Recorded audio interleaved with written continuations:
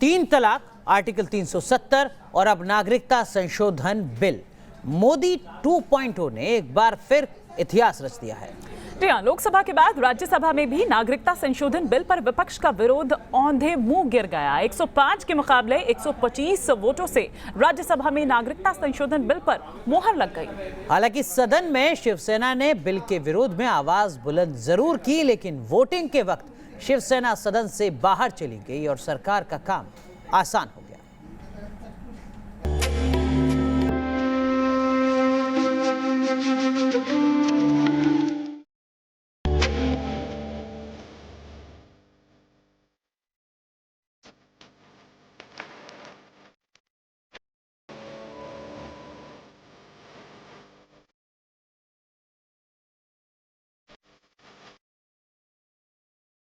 इस देश में एनआरसी होकर है, रोहिंग्या को कभी भी स्वीकार नहीं किया जाएगा। इस देश के किसी मुसलमान का इस बिल से कोई वास्ता नहीं, हमें कोई नफरत नहीं, उनके साथ कोई अन्याय का सवाल नहीं। बिल शरणार्थियों के लिए है। ये न्यायोचित नहीं, पर सरकार अपनी जिद पर कायम है। जो काम अमित शाह और नरेंद्र मोदी जी की जोड़ी ने किया है, किसी प्रधानमंत्री में वो हिम्मत नहीं, वो जज्बा नहीं था। हमने इजराइल के मॉडल को फॉलो कर लिया है सर, कि ये देश को तोड़ने वाला कानून है। ये एंटी मुस्लिम एक बिल लाया गया। वोट बैंक की राजनीति जो हो रही है, ये ठीक नहीं है। बोल बेबाक,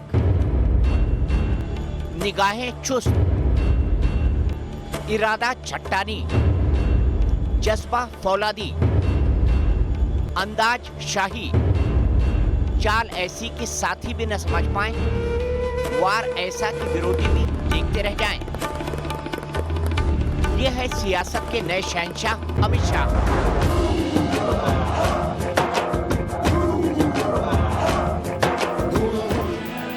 ये सियासत की दुनिया के नए शहंशाह का अंदाज है। वो कुशल रणनीतिकार है तो ओजस्वी वक्ता भी, स्पीड भी है, एग्रेशन भी और एक्यूरेसी भी। संसद में गृह मंत्री के तौर पर अमित शाह जब भी खड़े होते हैं तो ऐसा लगता है जैसे विरोधियों के सवालों का जवाब नहीं दे रहे, बल्कि उन्हें चुनौती दे रहे हैं। आप बैठिए, सुनिए, आप जवाब देने दीजिए। कभी बाहें चढ़ाकर तो कभी भौहें तानकर वो विरोधियों को ललकारते दिखते हैं। वो जब भी बोलते हैं इतना सधा बोलते हैं कि बोलने के लिए ज्यादा कुछ रह नहीं जाता। में जब जब जम्मू एंड कश्मीर राज्य बोला हूँ, तब तब पाक ऑक्यूपाई कश्मीर और अक्साई चीन दोनों इसका हिस्सा है। ये बात को एग्रेसिव ना हो, जान दे देंगे इसके लिए। क्या बात कर रहे हो आप? कहते हैं इस वक्त राजनीति के शतरंज पर कोई ऐसा योद्धा मौजूद नहीं जो अमित शाह की चाल को काट सके। अमित शाह ये जानते हैं कि उनकी कौन सी चाल विरोधी को कितना नुकसान पहुंचाएगी। वो ये भी बखूबी जानते हैं कि कितनी चाल में विरोधी पस्त हो जाएगा। अमित शाह के शह और मात के खेल में विरोधी ऐसे उलझ जाते हैं कि उनको पता ही नहीं चलता कि अगली कौन सी चाल चले।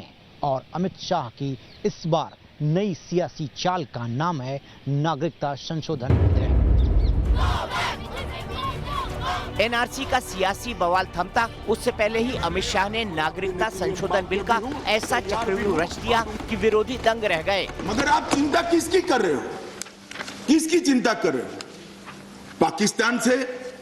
क्या आप चाहते हो कि पाकिस्तान से भी जो मुसलमान यहाँ है इसको भी हम नागरिक बना दें? बांग्लादेश से जो मुसलमान आए इसको भी नागरिक बना दे? अफगानिस्तान से भी जो मुसलमान आए वो नागरिक बना दे? तो क्या कहना चाहते? देश की सबसे बड़ी पंचायत में ये बहस छिड़ गई कि ये बिल मुसलमानों की अनदेखी कर रहा है। आपके सभी हितों की चिंता करेगी, इसमें किंचित मात्र शंका मत रखिए, क्योंकि ये जो सरकार है। बवाल इस बात पर भी है कि नागरिकता धर्म देखकर क्यों दी जाए, लेकिन इस सियासी वार पर अमित शाह के तर्कश से निकले तर्कों के तीर ने न सिर्फ कांग्रेस की इस पीढ़ी को लूलुहान कर दिया, बल्कि बंटवारे के जख्म भी ताजा कर दिए। कांग्रेस के शासन में जितनी बार भी आजादी के बाद सारे शरणार्थियों को नागरिकता दिया, वो धर्म के आधार पर ही दिया था। मेरी बात सुन लीजिए, क्योंकि विभाजन ही धर्म के आधार पर हुआ।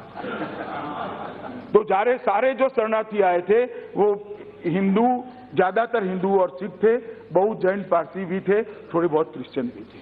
तो सबको पहली बार, सबसे पहले अगर किसी ने नागरिकता देना का काम किया तो श्री जवाहरलाल नेहरू के नेतृत्व में आपकी सरकार, और देश का विभाजन भी धर्म के आधार पर हुआ था। विपक्ष के लिए ये बंटवारे वाला बिल है, लेकिन अमित शाह अपनी बात पर अड़े हैं। आज तक कितने लोगों को आपने अरेस्ट किए हैं? विपक्ष हंगामा करता रहा और शाह हर वार पर पलटवार करते रहे। हम शरणार्थी है, हमें नागरिकता दीजिए। शाह के शब्दबाण ऐसे कि कांग्रेस अंदर तक तिलमिला जाए। अमित शाह को बखूबी पता है कि चोट कहां करनी है कि दर्द सहा ना जाए। इसीलिए पिछले 70 सालों में गांधी नेहरू परिवार पर जितने सवाल नहीं उठे, उतने बार सिर्फ अमित शाह और नरेंद्र मोदी की जोड़ी ने 6 साल में कर दिए हैं। बंटवारे से लेकर आपातकाल तक अमित शाह ने हर बार सीधे गांधी नेहरू परिवार पर हमला बोला है और हर बार कांग्रेस को कटघरे में खड़ा कर दिया है। अब नागरिकता संशोधन बिल के बहाने भी अमित शाह ने वो लकीर खींचने की कोशिश की है जहां विरोध का मतलब है पाकिस्तान परस्ती। अब जरा इस बात को भी समझिए कि बहुमत तो बीजेपी के पास पिछली सरकार में भी था, लेकिन तब राज्यसभा का गणित बीजेपी के पक्ष में नहीं था। और ना ही अमित शाह गृह मंत्री थे, लेकिन अब लोकसभा के साथ साथ राज्यसभा में भी बीजेपी पहले से कहीं मजबूत है।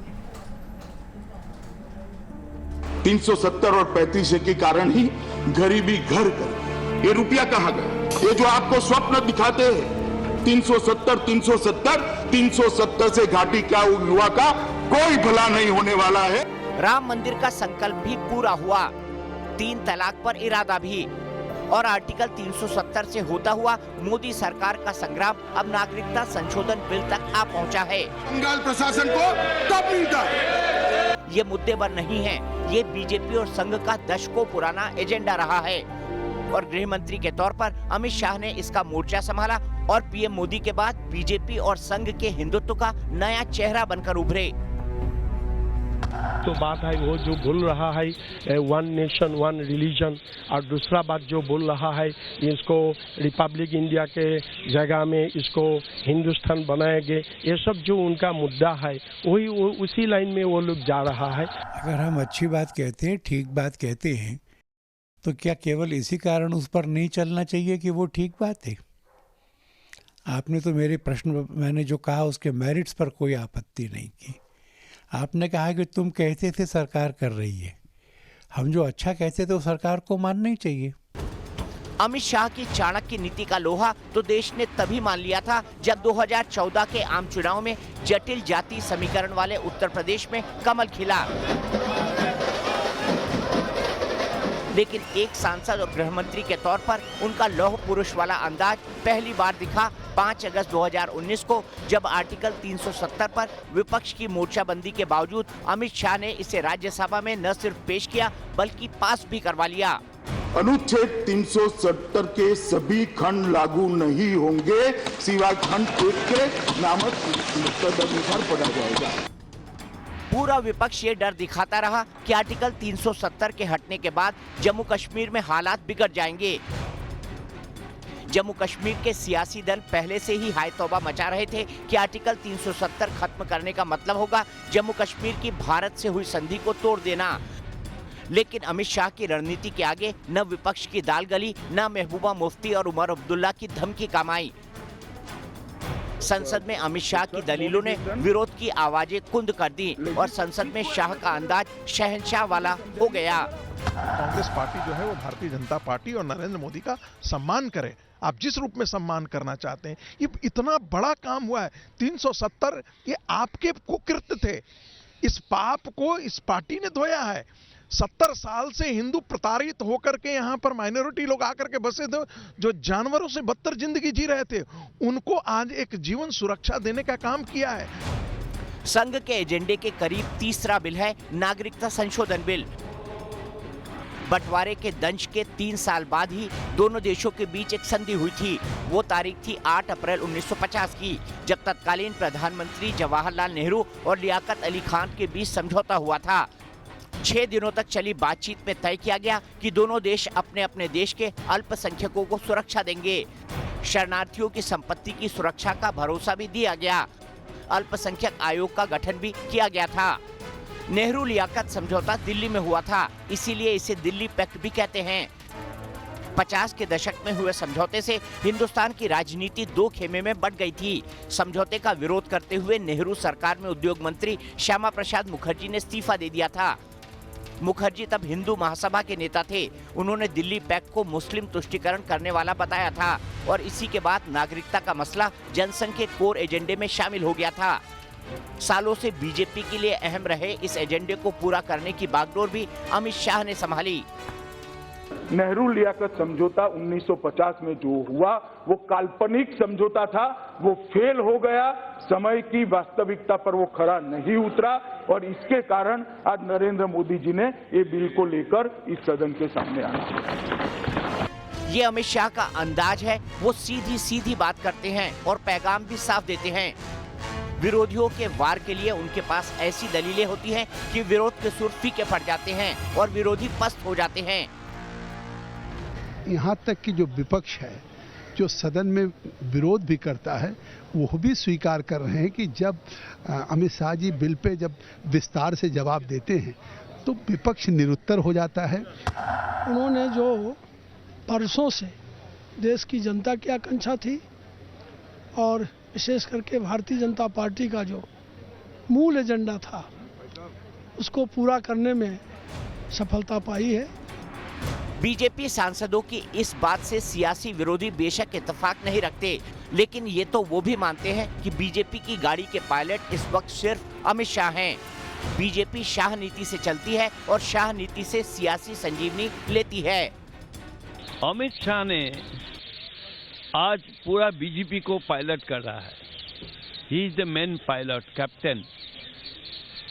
नरेंद्र मोदी जी है, सबका ऊपर में है। He is the leader of the Bharatiya Janata party. But लेकिन जो इंजन ड्राइव करता है वो है अमित शाह। अमित शाह के एक्शन में बीजेपी की सोच झलकती है, या यूं कहें कि अमित शाह ने बीजेपी के कोर इशू को अपना मिशन बना लिया है और इस रास्ते में शायद अगला पड़ाव है एनआरसी और सिविल कोड का, जिस पर संघ की भी मुहर है। भारत यहाँ अपने निवासियों की वजह से, स्वभाव की वजह से, यहाँ की जो जीवन शैली है उसकी वजह से स्वभावतः यहाँ का धर्मनिरपेक्षता है। इसलिए ये सारे जो एजेंडे हैं जिनके आपने मुद्दे जो गिनाए हैं, ये मुद्दा किसी एक धर्म का नहीं है, ये भारत का मुद्दा है। क्या कभी ये कल्पना की जा सकती है कि एक बूथ कार्यकर्ता किसी पार्टी का राष्ट्रीय अध्यक्ष बन सकता है और आगे चलकर देश का गृह मंत्री भी बन जाए? लेकिन अमित शाह की मेहनत, लगन और सियासी सूझबूझ का ही ये नतीजा है कि कभी पार्टी के लिए दीवारों पर पोस्टर चिपकाते चिपकाते वो देश की सत्ता में नंबर 2 की हैसियत तक पहुंच गए। बूथ पर पोस्टर चिपकाते चिपकाते, वॉल पेंटिंग करते करते, पर्चा बांटते बांटते आज विश्व की सबसे बड़ी पार्टी के राष्ट्रीय अध्यक्ष के रूप में भारतीय जनता पार्टी ने मुझे पहुंचाया है।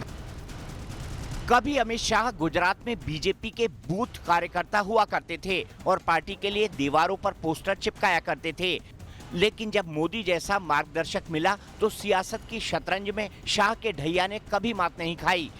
ये पीएम मोदी और अमित शाह की जोड़ी का ही कमाल है कि आज हिंदुस्तान की सियासत में बीजेपी का सूरज चमक रहा है। प्रभु से एक ही प्रार्थना है, ये जोड़ी को बरकरार रखें, ये जोड़ी सलामत रहे। इसमें कोई संदेह नहीं है कि जितनी म्यूचुअल अंडरस्टैंडिंग इस जोड़ी के बीच में है, संगठन में यही होना चाहिए, सरकार में भी यही होना चाहिए। आज अमित शाह देश के गृह मंत्री हैं, लेकिन एक बूथ कार्यकर्ता से बीजेपी अध्यक्ष और फिर गृह मंत्री की कुर्सी तक पहुंचने के पीछे अमित शाह की मेहनत, लगन और जज्बे का ही कमाल है। अमित शाह ने 1982 में एबीवीपी के साथ जुड़कर छात्र राजनीति की शुरुआत की, लेकिन अमित शाह की सियासत में अहम मोड़ तब आया जब संघर्ष के दिनों में उनकी मुलाकात नरेंद्र मोदी से हुई। 1982 में संघ की एक शाखा में मोदी और अमित शाह की मुलाकात हुई थी। तब अमित शाह की उम्र महज 17 साल थी। उस वक्त मोदी संघ के प्रचारक के रूप में काम करते थे। प्रधानमंत्री नरेंद्र मोदी और हमारे अमित भाई शाह गृह मंत्री दोनों राजकारण में नहीं थे तब से उन दोनों की ट्यूनिंग बहुत अच्छी थी। जब विद्यार्थी परिषद में अमित शाह थे तब नरेंद्र भाई विद्यार्थी परिषद में काम देखते थे संघ की ओर से, तब से दोनों की ट्यूनिंग बहुत अच्छी थी। मोदी का साथ मिलते ही शाह ने गुजरात में बीजेपी को बूथ लेवल पर मजबूत करने का बीड़ा उठाया और फिर वो वक्त आया जब अमित शाह की राजनीति का असली इम्तिहान होना था। ये तस्वीरें 1991 की हैं, जब गांधीनगर सीट पर लालकृष्ण आडवाणी नामांकन करने पहुंचे थे। उनके साथ नरेंद्र मोदी बैठे नजर आ रहे हैं और अमित शाह दूसरी कतार में सबसे पीछे नजर आ रहे हैं।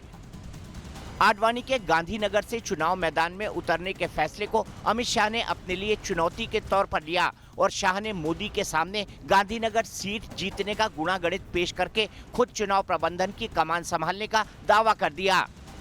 शाह ने गांधीनगर में आडवाणी के लिए ऐसा चुनावी चक्रव्यूह रचा कि विरोधी पस्त हो गए और यहीं से अमित शाह का गुजरात की राजनीति में कद बढ़ता गया। ऐसा ही एक मौका फिर आया जब 1996 में अटल बिहारी वाजपेयी ने गांधीनगर के चुनावी मैदान में कदम रखा। इस बार भी शाह को ही चुनावी मैनेजमेंट का जिम्मा मिला। तब वाजपेयी के गांधीनगर को बहुत कम वक्त देने के बावजूद शाह ने माइंड गेम से विजय पताका फहरा दी। इसके बाद 2001 में जब मोदी को गुजरात की सत्ता का ताज मिला तो अमित शाह को भी मंत्री बनाया गया था और 2002 में मोदी शाह की दमदार जोड़ी ने गुजरात विधानसभा चुनाव में बीजेपी का परचम लहरा दिया था। इसके बाद वो वक्त आया जब मोदी ने दिल्ली की सियासत का रुख किया। सितंबर 2013 में मोदी को बीजेपी ने पीएम उम्मीदवार के तौर पर पेश किया तो अमित शाह भी मोदी के साथ दिल्ली आ गए और 2014 के लोकसभा चुनाव में अमित शाह को यूपी की 80 लोकसभा सीटों पर परचम लहराने का जिम्मा मिला। ये शाह के बूथ मैनेजमेंट और कार्यकर्ताओं में भरे जोश का ही कमाल था कि यूपी जैसे राज्य में बीजेपी शून्य से शिखर तक पहुंच गई। 80 में से 73 सीटें बीजेपी गठबंधन ने जीत ली और घर घर मोदी का नारा गूंजने लगा, जिसका नतीजा ये हुआ कि अमित शाह की बीजेपी के राष्ट्रीय अध्यक्ष के तौर पर ताजपोशी कर दी गई।